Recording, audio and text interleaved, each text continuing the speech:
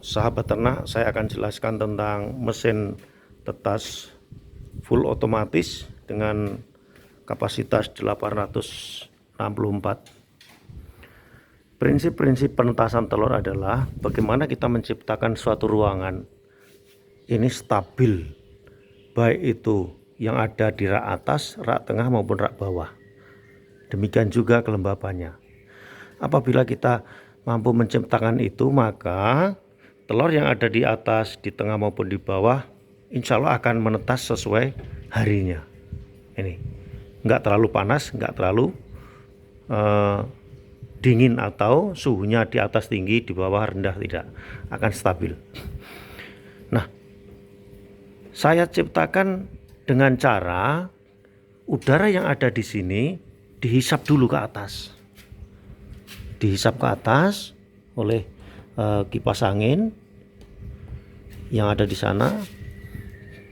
Itu setelah dihisap ke atas, di sana ada filamen, maka filamen itu panas akan didorong. Di belakang sana ada rongga udara, kemudian udara panas dan lembab yang ada di dalam sana didorong oleh kipas angin itu, dikeluarkan melalui lubang-lubang yang ada di belakang itu.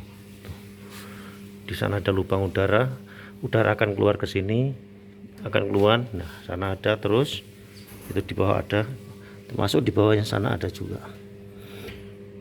Begitu udara masuk di sini bersama dengan kelembapan ini, air lembab ini akan dihisap lagi di sana, diputar lagi, begitu terus menerus, sehingga udara yang ada di dalam sini akan stabil sesuai dengan yang ada di sana, maunya mesin itu, alat itu.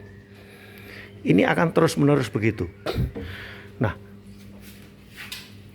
ayunan ini tiap 3 jam sekali dia akan mengayun. 3 jam kemudian akan balik ke sana, 3 jam kemudian akan balik ke sini. Nah, ini kelembapannya, sedangkan ini alat untuk melihat suhu ruangan yang ada di sini. Ini sudah saya coba dengan termometer ini, baik ruangan yang di atas, di tengah maupun di bawah. Ini stabil suhunya. Ini seperti yang diminta itu. Nah, dengan demikian, maka telur yang ada di atas, tengah maupun bawah mendapatkan panas